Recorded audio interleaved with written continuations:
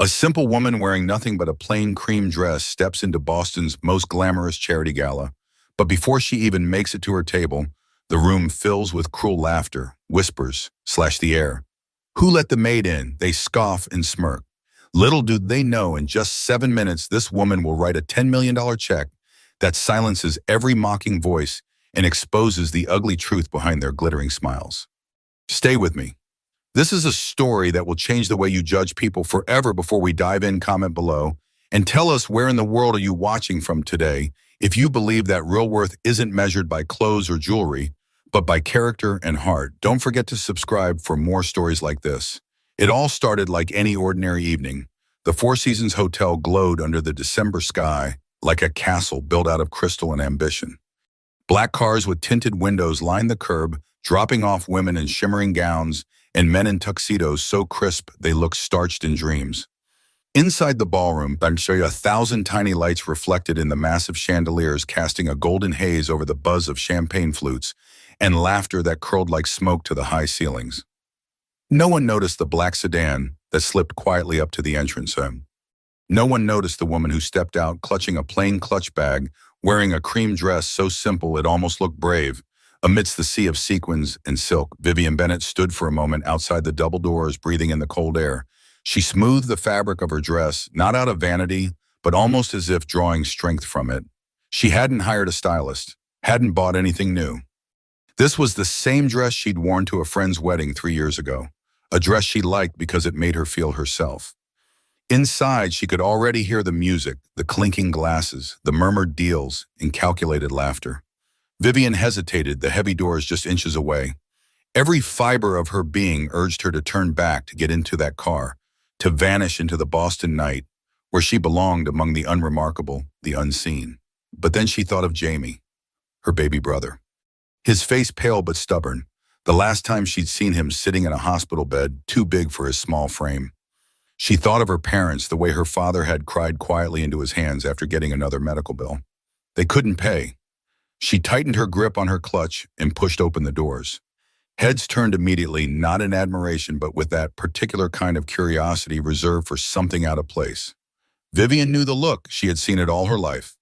In tech boardrooms where she wasn't polished enough, in pitch meetings where her simple cardigan seemed like rebellion against the glitter of the startup world, the hostess at the check-in table offered a practiced smile that faltered just slightly when Vivian gave her name. Vivian Bennett, table 16 in the back. The emphasis was subtle but unmistakable. As she moved into the golden haze of the ballroom, Vivian kept her steps measured, calm. She knew better than to rush, better than to betray the nerves scraping at the inside of her ribs.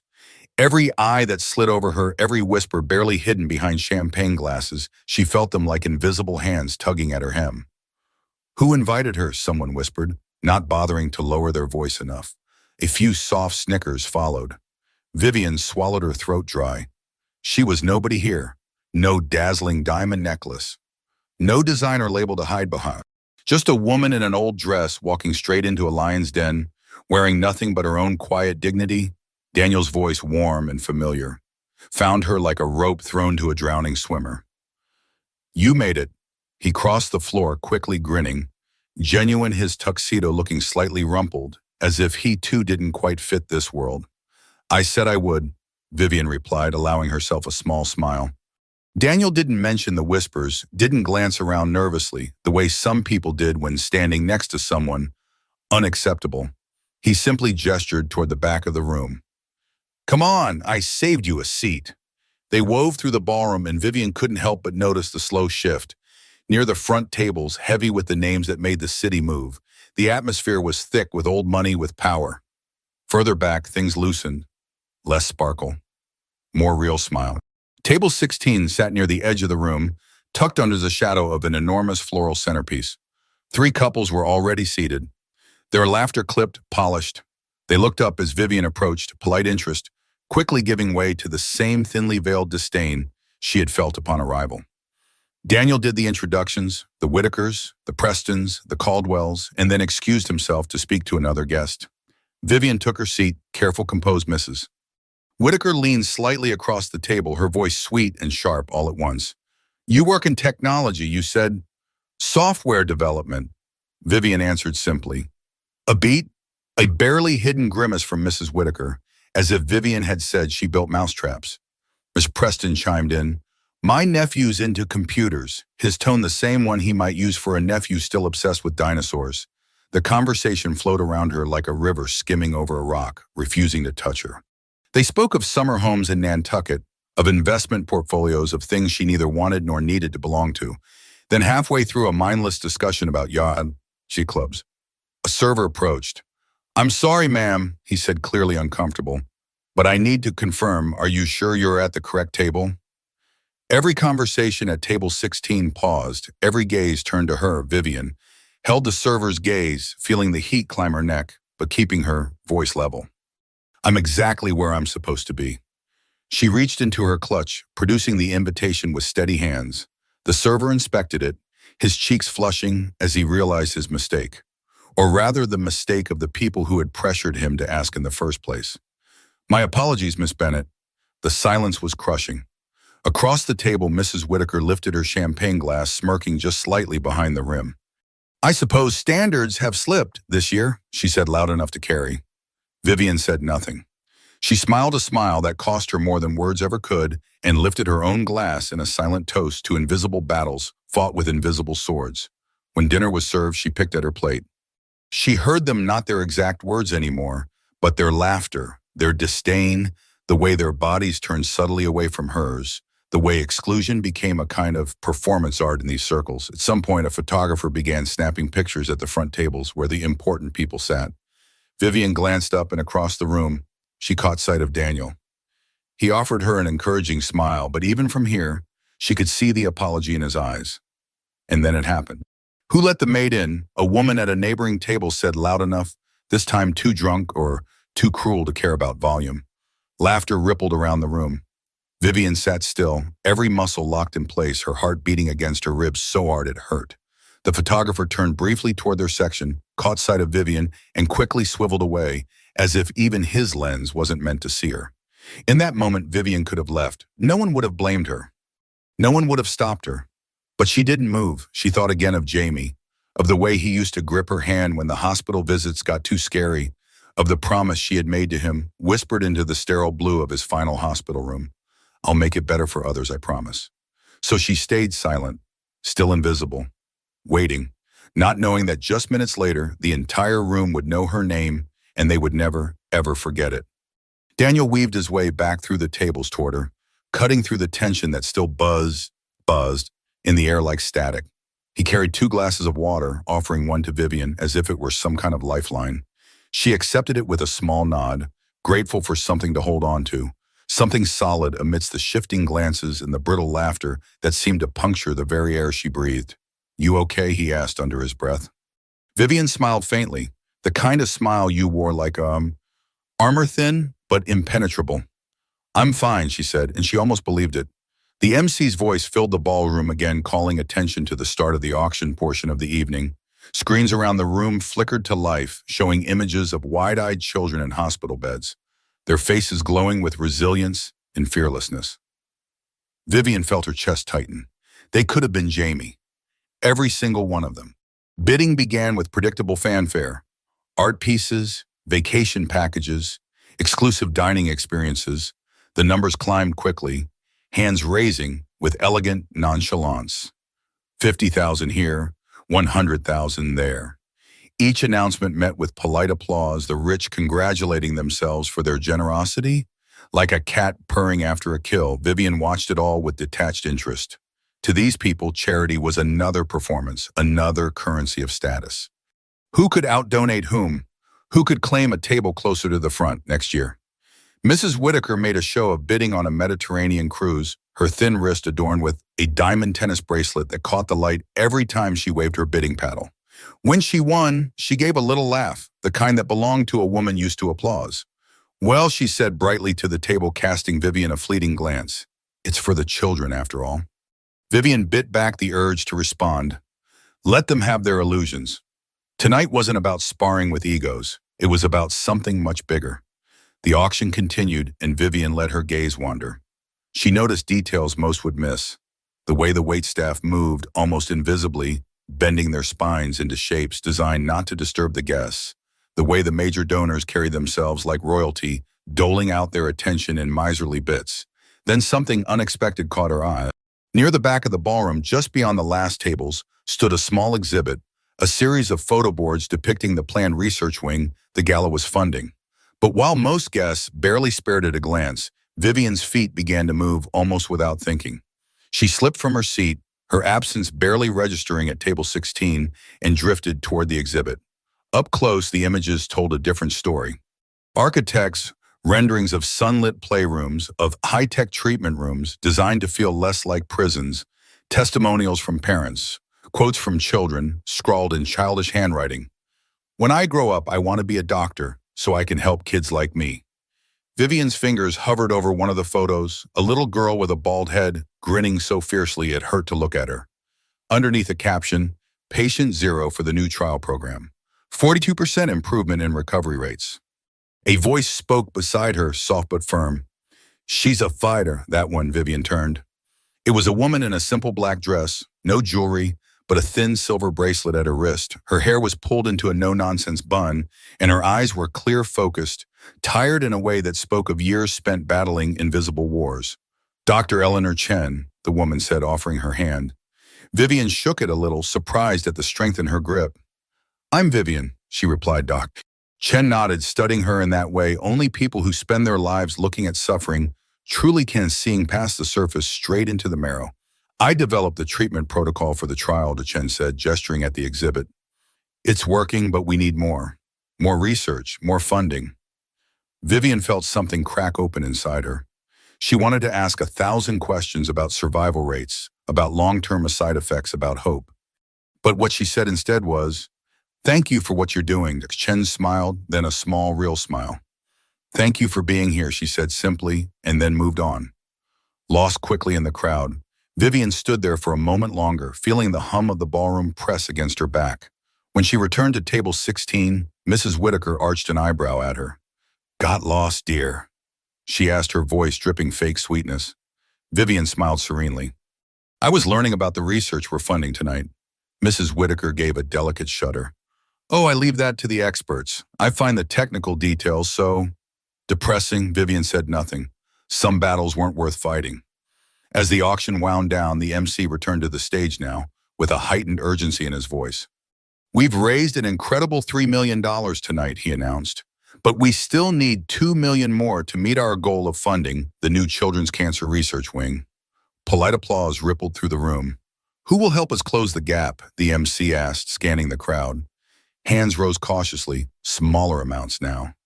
The big donors had already made their show. At table 16, Mrs. Whitaker turned to Vivian with a benevolent smile that barely concealed its barbs. "Perhaps you could manage a small donation, dear. Every little bit helps." Vivian lifted her pledge card, her hand steady. Before she could speak, Daniel reappeared at her side, his face flushed with excitement and anxiety all at once. "You don't have to," he started, but Vivian cut him off with a gentle squeeze of his hand.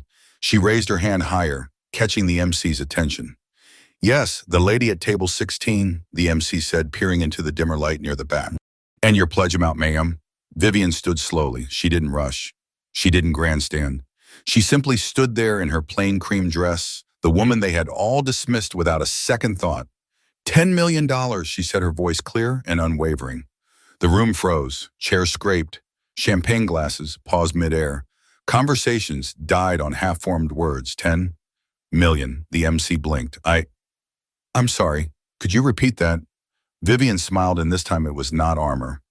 "It was revelation $10 million, she repeated, "for the research wing, and for the operating costs for the first year." The silence that followed was absolute. Then somewhere near the front, a man stood up so abruptly his chair toppled backward. His voice carried across the stunned ballroom. "Vivian Bennett, Health Tech Solutions." A ripple moved through the crowd, a shockwave of recognition and shame. Vivian nodded once, acknowledging the truth she had hidden all evening. Whitaker's face drained of color. Mr. Preston's mouth opened, closed, opened again, like a fish gasping on dry land. The MC scrambled to compose himself.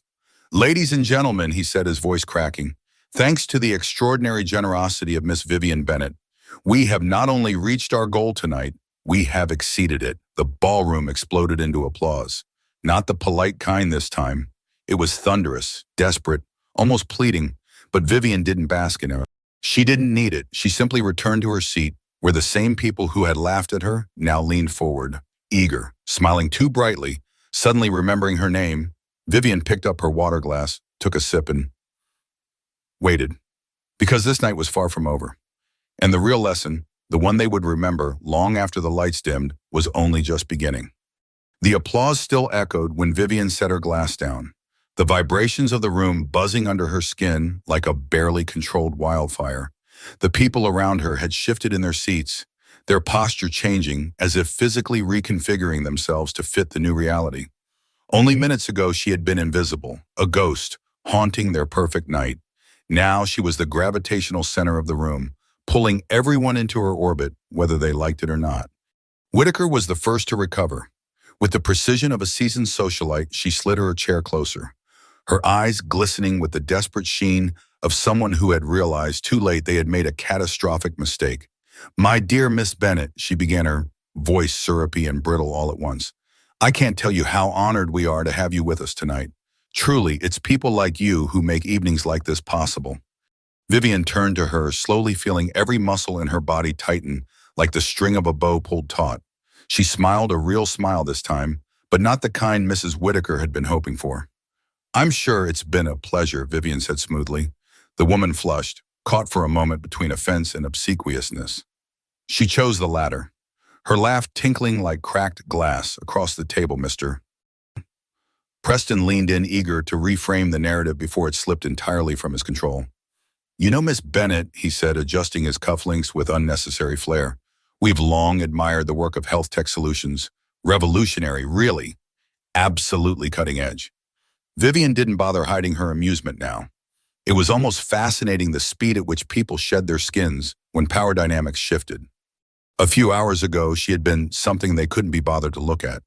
Now they hungered for a sliver of her attention as if it might redeem them. "I appreciate that," she said, her voice mild, offering them no anchor to grab onto. Other guests began to drift toward their table, magnetic in their need to be seen near her.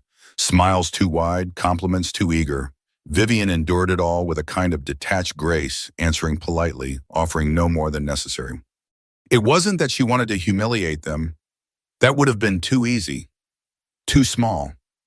No, the real satisfaction was watching them wrestle with their own discomfort, their own shame. Watching them squirm inside the realization that they had measured a human soul with the wrong scales. Daniel eventually pushed his way through the growing throng, his cheeks flushed from emotion rather than champagne. "I knew you'd make an impact tonight," he said low enough for only her to hear. Vivian chuckled under her breath. "Not exactly how I planned it." He smiled, shaking his head.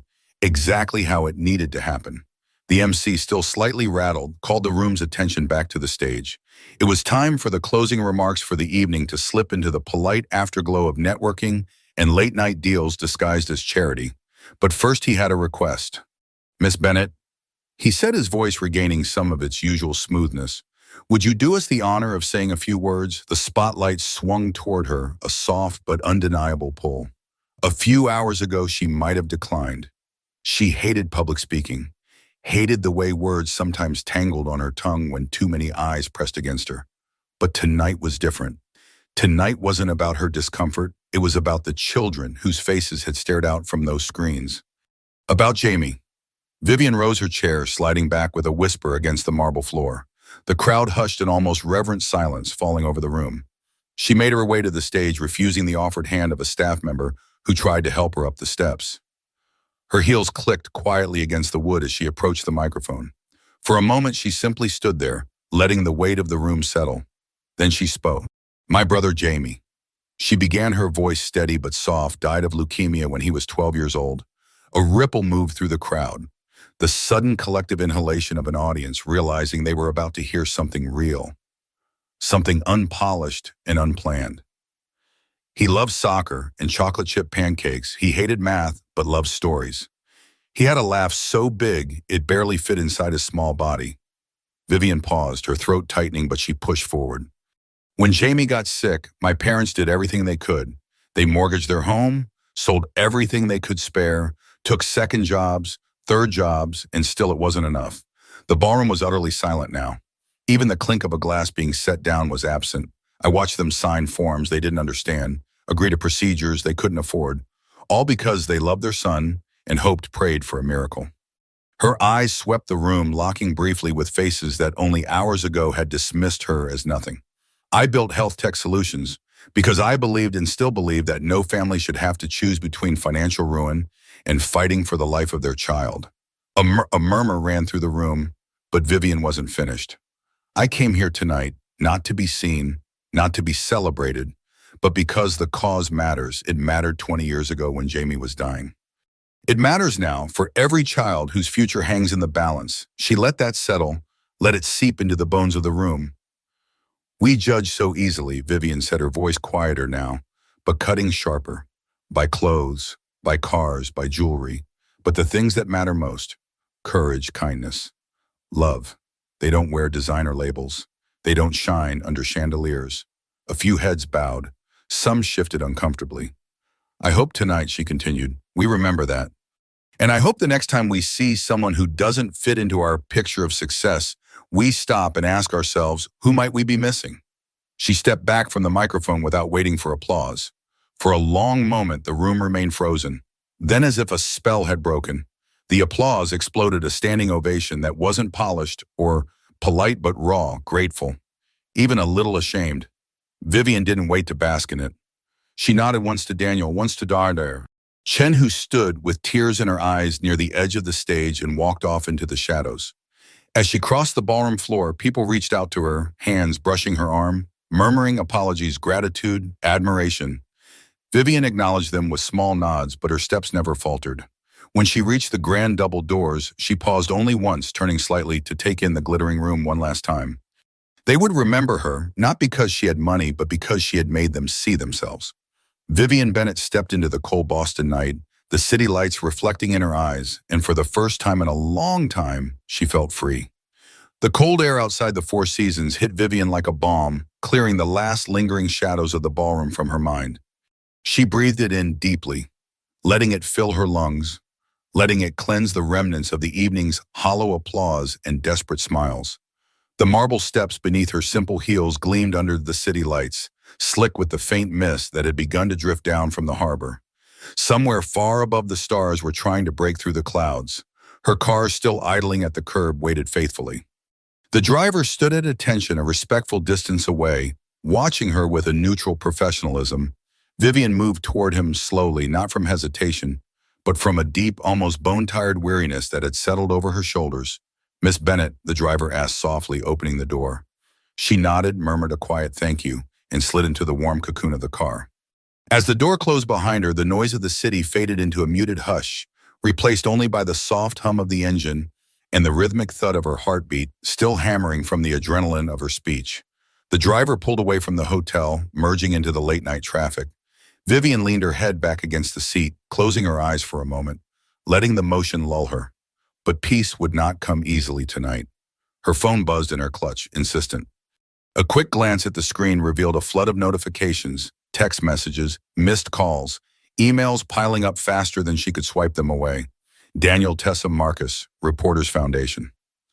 Directors, old friends who hadn't spoken to her in years, suddenly finding the need to reconnect. Vivian silenced the phone and tucked it back into her clutch. Whatever they wanted could wait. As the car wove through the sleeping city, she thought about the faces she had left behind in that glittering ballroom.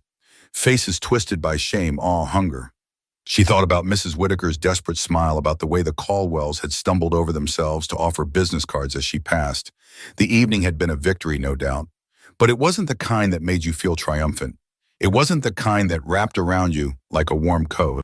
It was a hollow victory, a necessary confrontation with a world that valued surface over soul, a battle won, but a war still raging deep inside the architecture of society.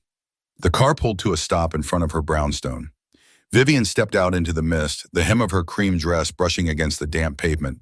She climbed the steps slowly, savoring the familiar creak of the old iron railing, the comforting scratch of the key in the lock. Inside her home was exactly as she had left it. Simple, warm, real. No gilded mirrors, no velvet drapes, just the soft lamplight spilling across battered hardwood floors and the faint scent of old books and lavender lingering in the air. Vivian kicked off her shoes, letting them thud softly against the floor. She padded barefoot into the kitchen, filled a kettle with water, and set it on the stove. The mundane motions grounded her, tethered her back to herself. As she waited for the water to boil, she wandered into the small living room, trailing her fingers over the worn spines of the books lining the shelves. On the mantel above the fireplace stood a single framed photograph, Jamie grinning up at the camera, a soccer ball tucked under one arm, his other arm thrown around Vivian's shoulders. She picked up the photo, tracing the lines of his face with one fingertip. "I hope you saw that," she whispered. The kettle whistled sharp and sudden, cutting through the quiet. Vivian set the photo back carefully, almost reverently, and returned to the kitchen to make tea. Later, sitting curled up on the couch with a steaming mug between her hands, Vivian let her mind drift. She thought about the hospital corridors she had spent so many nights wandering, the smell of disinfectant, the cold, hard chairs, the doctors who spoke in hushed, detached tones. She thought about the bills that had come day after day like an unrelenting tide, each one a reminder that hope was expensive and survival even more so. And she thought about health tech solutions, about the dream she had built out of those nights, a dream that had seemed impossible, once ludicrous, even to a young woman with nothing but a secondhand laptop and a stubborn refusal to accept the way things were. She hadn't wanted fame, she hadn't wanted fortune, she had wanted change. Real change, and she had made it happen quietly, steadily, without ever needing to announce herself. Tonight had been different. Tonight she had stepped out of the shadows not for her own glory, but because sometimes you had to force people to look beyond their glittering lies and see what mattered. Vivian set her tea down and leaned back, exhaustion pulling at her. Tomorrow the phone calls would have to be answered. The reporters would want interviews. The foundations would want meetings. The socialites would want apologies, invitations, reassurances that they were forgiven. But not tonight. Tonight she would rest. Outside, the mist had thickened into a gentle rain, tapping against the windows like a lullaby. Vivian closed her eyes, letting it lull her towards sleep. Somewhere across the city, the news had already begun to spread. Whispers of what had happened at the Peterson Gala, the story of the woman in the cream dress who had silenced the room with nothing but her quiet dignity and a $10 million check. Some would tell the story with embarrassment, others with awe. Some would twist it, embellish it, try to erase their own guilt from the narrative. It didn't matter. The truth was simple, and it would endure. Vivian drifted towards sleep, Jamie's laughter echoing somewhere just beyond the veil of dreams, and for the first time in a long time, her heart was light. Morning would come soon enough, bringing with it a world that had finally reluctantly begun to see her. Not because of the cut of her dress or the weight of her jewelry, but because of the relentless, unbreakable force of her purpose. And Vivian Bennett, the woman they had once laughed at, would be ready. The morning came not with gentle light, but with a relentless barrage of noise. Vivian was jolted awake by the sharp buzz of her phone vibrating violently across the nightstand. For a moment she stared at it, disoriented, caught between the soft haze of dreams and the brittle sharpness of reality. The events of the gala unfolded in her mind like a reel of film, unwinding too fast, skipping through snapshots of laughter, contempt, revelation. The phone wouldn't stop. Calls, texts, notifications piling up faster than she could swipe them away. She sat up slowly, pushing the blanket aside, her bare feet finding the cool floor. Outside, the rain had thickened into a steady drizzle, painting the streets a glistening gray. Boston looked washed out and weary, and for once Vivian felt perfectly matched to it. She brewed coffee with mechanical movements, the sharp smell grounding against her. She needed it. Today would not offer the luxury of staying invisible. Her email inbox was a battlefield. Messages from journalists wanting interviews, foundations requesting meetings, old colleagues congratulating her with thinly veiled awe, acquaintances who had never bothered to look twice now begging to catch up over lunch. She sipped her coffee, slowly scrolling through them, detached. The headlines were already spreading. Mystery billionaire donates $10 million to children's cancer research. From shadows to spotlight. The quiet power of Vivian Bennett. How a simple cream dress shook Boston's elite. Some articles were respectful, some were sensationalized. Some, especially from the society pages, reeked of guilt. Their words dripping with frantic attempts to reframe the narrative, to paint the gala as a triumph of unity rather than an expose of cruelty. Vivian tossed the phone onto the couch, letting it buzz angrily against the cushions. The world had discovered her, and it wasn't going to let her retreat easily. A soft knock at the door startled her. She wasn't expecting anyone. She peered through the peephole and sighed. Daniel. She opened the door and he stepped in, rain droplets clinging to the shoulders of his jacket, his hair flattened by the mist. "You didn't answer my text," he said, not accusing, simply stating a fact. "I know," she said, stepping aside to let him in. Daniel took one look at her, the old sweatshirt, the tangled hair, the tired eyes, and softened. "You look like you could use an army," he said. Vivian managed a half smile. "Just a little piece." Daniel set down a folder he had been carrying, thick with documents. "I brought these," he said, "coverage reports, media inquiries. Some offers." Vivian arched an eyebrow. He shrugged. "Board seats, speaking engagements, nonprofit ambassador roles. They're all scrambling to attach themselves to you." Now Vivian sank onto the couch, feeling the cushions embrace her. "I didn't do it for that," she said quietly. "I know." He sat down across from her, his voice gentle. "But they don't." For a long moment they sat in silence, the rain tapping a steady rhythm against the windows. "What do you want to do?" Daniel finally asked. Vivian closed her eyes, letting the question settle inside her. She didn't want fame. She didn't want interviews or magazine covers. She didn't want to become a brand, a figurehead trotted out for photo ops. But something had shifted inside her last night. A door she had kept firmly closed had swung open, and behind it was a truth she could no longer ignore. She had spent her life building systems that worked quietly behind the scenes. But sometimes the world needed faces, stories, voices that couldn't be ignored. "I need to think," she said, her voice rough. Daniel nodded. "Take all the time you need. But Vivian, whatever you decide, you are not alone." She offered him a small, grateful smile. After he left, Vivian sat by the window, watching the rain carve rivers down the glass. She thought of Jamie. She thought of every parent sitting by a hospital bed right now, clutching hope like a fragile thread. She thought of the children whose futures depended on people paying attention. Slowly, deliberately, she picked up her phone. She dialed a number from memory. Not Tessa, not Marcus, not any of her business contacts.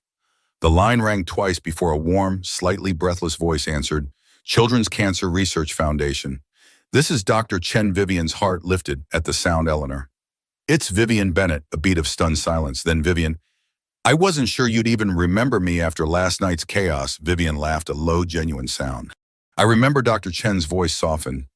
"Thank you for everything you have changed. So many lives already, and you don't even know it." Vivian looked out at the rain again, watching a child in a bright yellow raincoat splash through puddles with reckless joy. "I'd like to do more," Vivian said. "But not just with money." She could almost hear the smile in Dr. Chen's voice.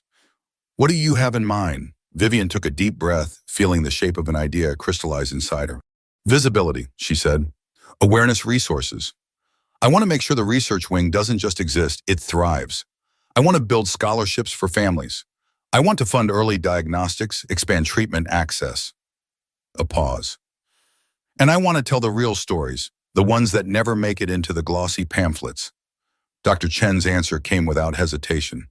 "When do we start?" Vivian smiled, feeling a new kind of energy rising in her chest.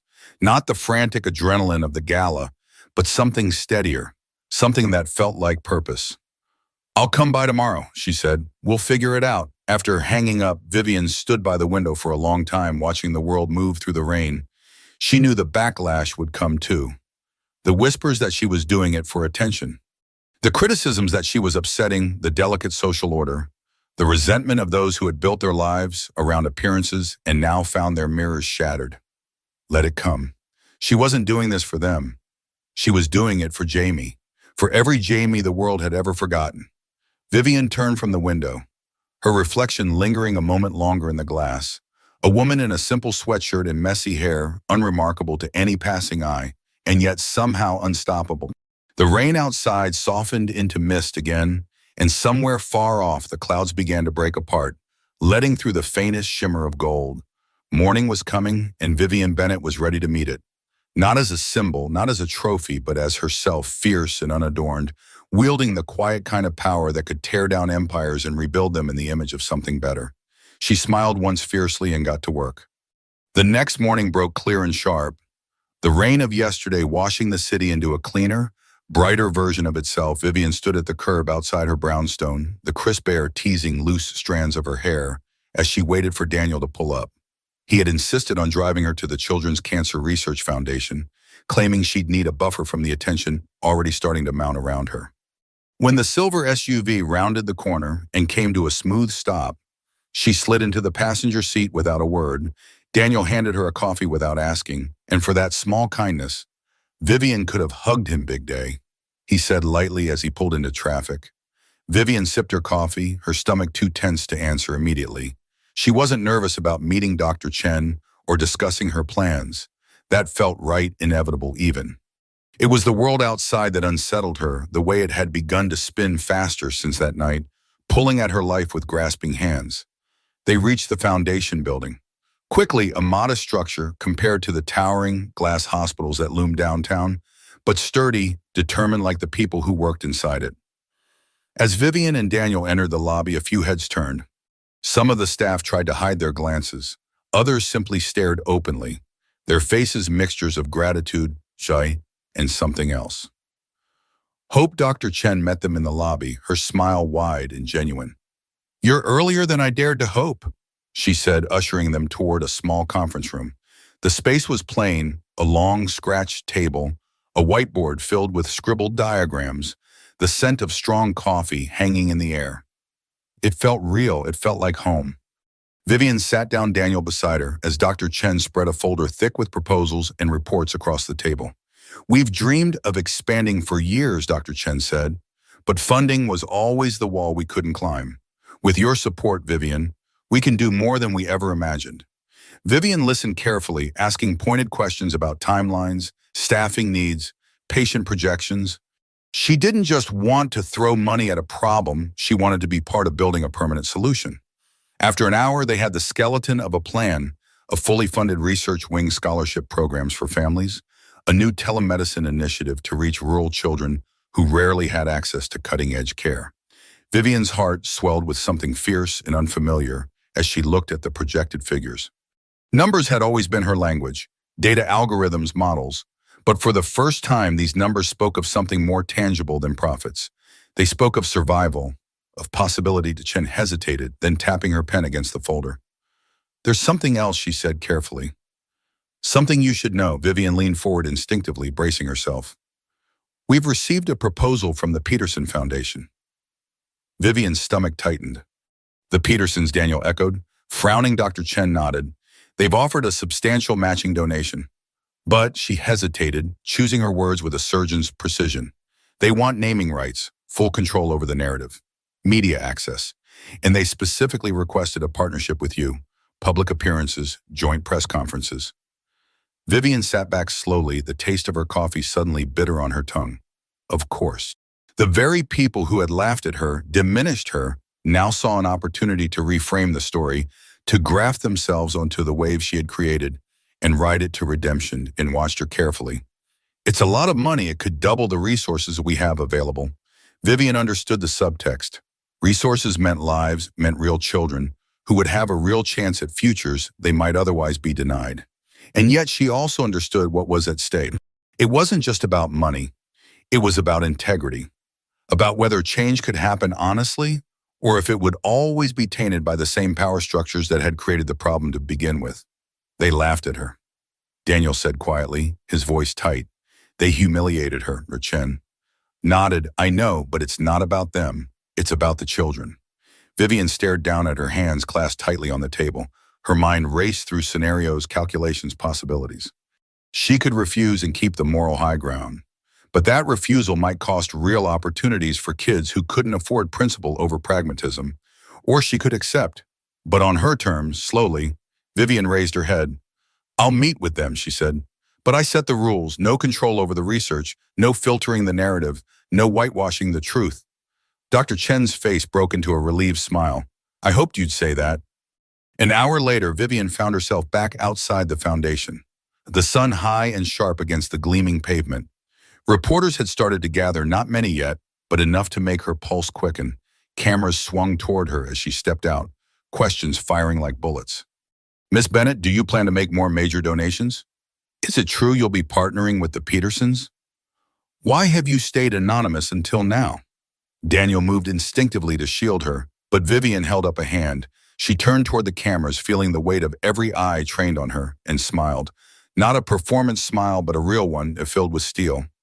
I didn't come here to be a celebrity, she said clearly. I came here to make sure no child suffers because they can't afford hope. The reporters paused, thrown off by the rawness of it. Vivian continued, we have an incredible opportunity, ahead one I intend to see through.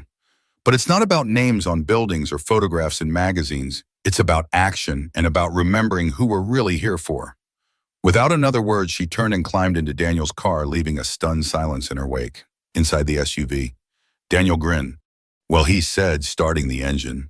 That's one way to make an impression. Vivian laughed, the sound bubbling up from somewhere deep inside her chest. It felt good. It felt free. As they drove away, her phone buzzed again. Not with journalists this time, but with a text from Dr. Chen. You were perfect. The kids will know your name, not because you were rich, but because you believed in them. Vivian stared at the message, her throat tightening. She didn't need marble plaques or gala invitations. She didn't need the approval of the Whitakers of the world. She had something better. She had a purpose, and for the first time the spotlight wasn't a burden. It was a tool, a weapon she could wield in the fight for something better. Vivian Bennett smiled to herself, the city sprawling out before her like a vast, unwritten story, and for the first time in a very long time, she looked forward to what came next. 2 days later, the meeting was set, a private brunch at the Peterson estate, not the public forum Vivian had originally hoped for, but it was a start. Daniel wasn't thrilled about it, and neither was Vivian, but she knew she had to face them on their ground first, see what their true intentions were before deciding how to act. The Peterson mansion sat atop one of Boston's oldest, most exclusive hills, hidden behind high wrought iron gates and a sweeping drive lined with meticulously sculpted hedges. It was the kind of place that didn't just whisper wealth. It screamed at every stone and ivy-covered wall, a declaration of generations of privilege. Vivian arrived in her usual quiet way. No entourage, no limousine, just Daniel behind the wheel of his modest SUV parking 2 blocks away, because Vivian refused to let her arrival be part of someone else's pageantry. As she walked up the long drive, every step felt heavier, as if the weight of 100 unseen eyes bore down on her. She adjusted the simple navy blazer she wore over black trousers, practical, unremarkable, and focused on her breathing, slow and deliberate. Inside the house was an opulent museum of status, gleaming chandeliers, priceless art, gold-tipped everything. A butler led her through the labyrinthine halls to a sun-drenched conservatory where the Petersons waited, arranged like a royal court. Lawrence Peterson stood as she entered, his salt and pepper hair perfectly in place, his tailored suit casual enough to suggest he wasn't trying too hard, but expensive enough to make the point anyway. Beside him, his wife Veronica smiled warmly, her pearl necklace gleaming against a crisp white blouse. To their right sat Victoria Whitaker, looking slightly less smug than usual, but still coiled tightly like a snake waiting for the right moment to strike. Vivian, Lawrence said, stepping forward, hand extended. Thank you for coming. Vivian shook it briefly, her own hand firm, but cool. I thought it was important. We speak face to face, she said evenly. Of course, Veronica chirped. After all, we're on the same side now, aren't we? Vivian said nothing, letting the silence stretch just long enough to make the woman fidget.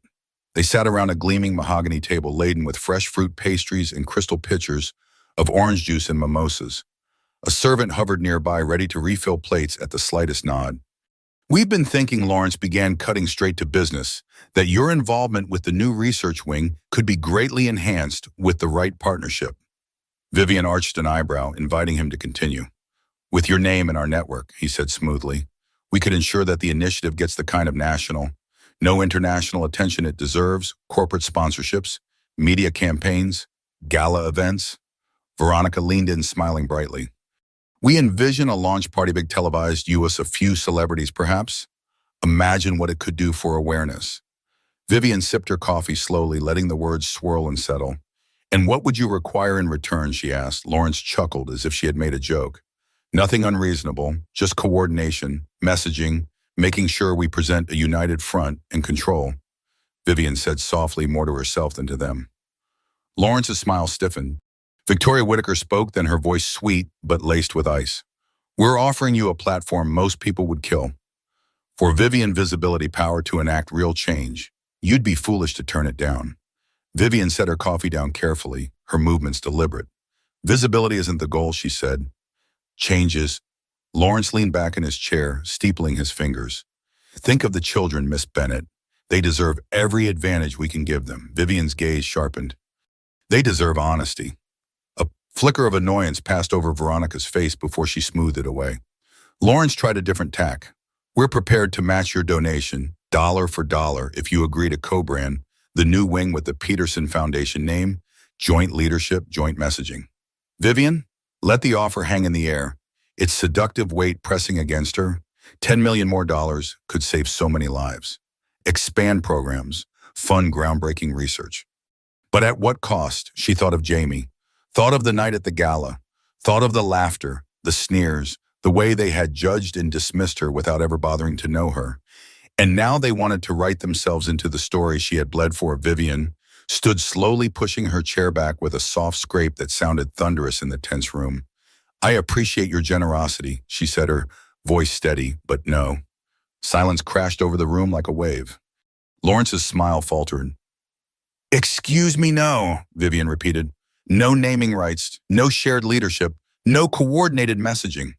Victoria's mouth twisted into a sneer. You're throwing away millions out of pride. Vivian turned to her, meeting her gaze without blinking. I'm protecting something more valuable than money, she said, integrity. Lawrence's face darkened. You'll be alone, you know, he said softly, almost kindly. Without alliances, without backing. The world isn't kind to idealists, Vivian. Vivian smiled then, not sweetly, but with a fierce burning light. I built health tech solutions alone, she said. I buried my brother alone. I know exactly how unkind the world can be. She turned toward the door, then paused, glancing back over her shoulder. But here's the thing, she said quietly. I'm not afraid of being alone.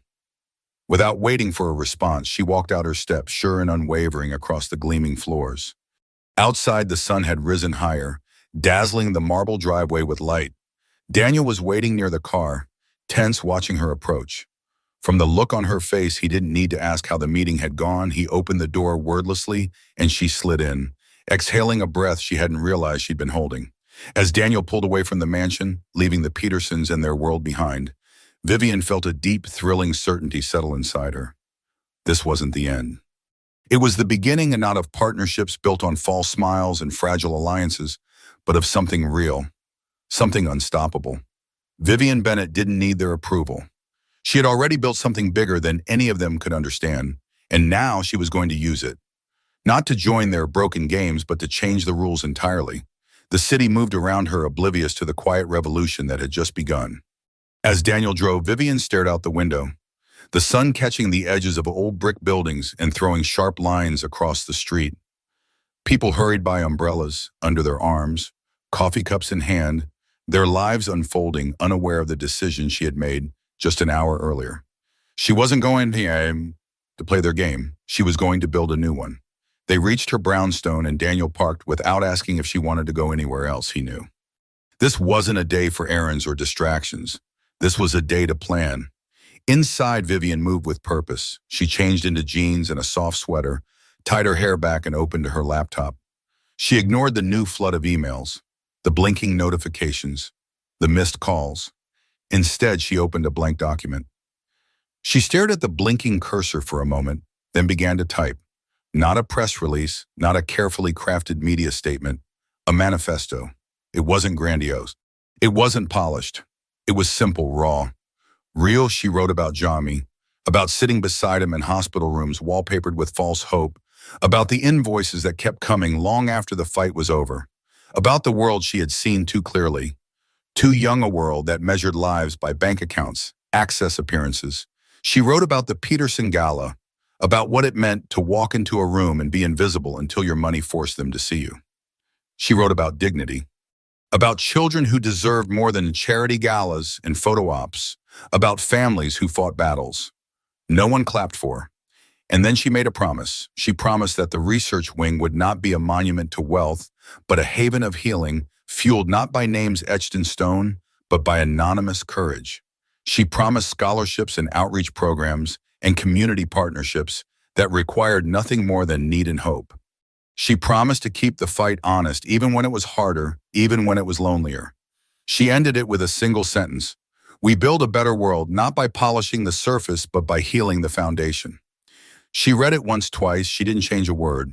When she was finished, she sent the manifesto directly to Dr. Chen with a brief message. Share it however you think will help. I'm not hiding anymore. Then she closed the laptop and sat back, her heart hammering not with fear, but with a fierce, overwhelming freedom. The response came faster than she could have imagined. By that evening, her words had gone viral. Drachenda had posted the manifesto on the foundation's website, and from there it had exploded across social media, picked up by local news stations, then national outlets. Hashtags bloomed like wildflowers. Hashtag real change. For Jamie, shush, healing, not hiding. Vivian's inbox swelled again, but this time it was different. Not invitations to galas, not partnerships dripping with ulterior motives. Letters, hundreds of them. Parents, nurses, patients, people she would never meet, but who had read her words and felt seen, understood, empowered. A mother wrote about her daughter who was diagnosed with leukemia last year, about nights spent crying in hospital bathrooms because the bills stacked higher than the home. A young man now cancer-free wrote about the shame he felt asking for financial help, about how Vivian's words made him feel proud again. Messages from other foundations, grassroots organizations, community leaders poured in, not to claim credit, not to co-opt, but to offer hands ideas, solidarity. The Petersons tried to respond, of course. They issued a statement praising Vivian's spirit and reaffirming their commitment to child health initiatives, carefully avoiding any mention of their previous attempts to control her work. But it was too late. The world had seen the truth and no amount of polished words could cover it. One evening a week after the manifesto, Daniel arrived at her brownstone, carrying a worn backpack and a lopsided grin. You're gonna need help, he said without preamble. Vivian laughed a sound full and warm and stepped aside to let him in. Within days, her living room became a war room. Laptops, whiteboards, stacks of grant proposals, and strategic plans. Vivian assembled a team, not publicists, not image consultants, social workers, pediatricians, former patients, parents who had fought and lost, parents who had fought and won. Together they built something breathtaking, the Children's Research and Resource Collective. Not just a hospital wing, a movement focused on healing bodies. Yes, but also on healing the broken systems around those bodies. Insurance advocacy, mental health, support, education programs, legal aid for families drowning in medical debt, no velvet ropes, no exclusive tables. Everyone was welcome, word spread. Volunteers flooded in. Donations surged, small ones, large ones, anonymous ones, each one. A testament to the fact that when people believed they could be part of something real, they showed up. Vivian attended events, but on her terms. No ball gowns, no red carpets, just folding chairs in community centers, circles of worn hands and tired eyes and laughter that sometimes cracked under the weight of everything it carried but refused to break. She visited hospitals sitting beside children who reminded her of Jamie, telling them stories about coding their own video games, building robots, starting companies if they wanted, or painting murals or writing poetry if they didn't. She spoke at rallies not behind podiums, but among crowds, her voice steady, her simple clothes blending in her presence, electrifying. And slowly the world shifted.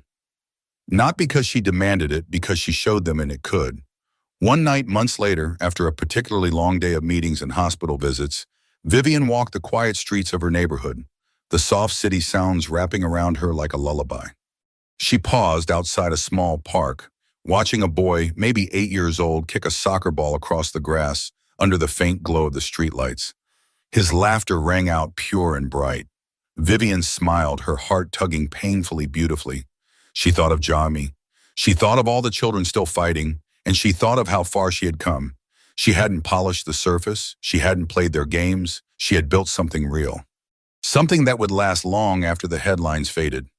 Vivian Bennett, the woman in the cream dress, the woman they had laughed at, had changed the world. Not by demanding attention, by daring to believe that quiet, relentless, stubborn goodness could win, and she wasn't done yet. She turned toward home, her steps light, her spirit unbreakable. There were more battles ahead, But for the first time, Vivian didn't feel like she was fighting alone. She was building an army. One heart at a time, and this time no one would ever again mistake simplicity for weakness. She was proof that the quietest voices often carry the strongest echoes, and hers was just getting started.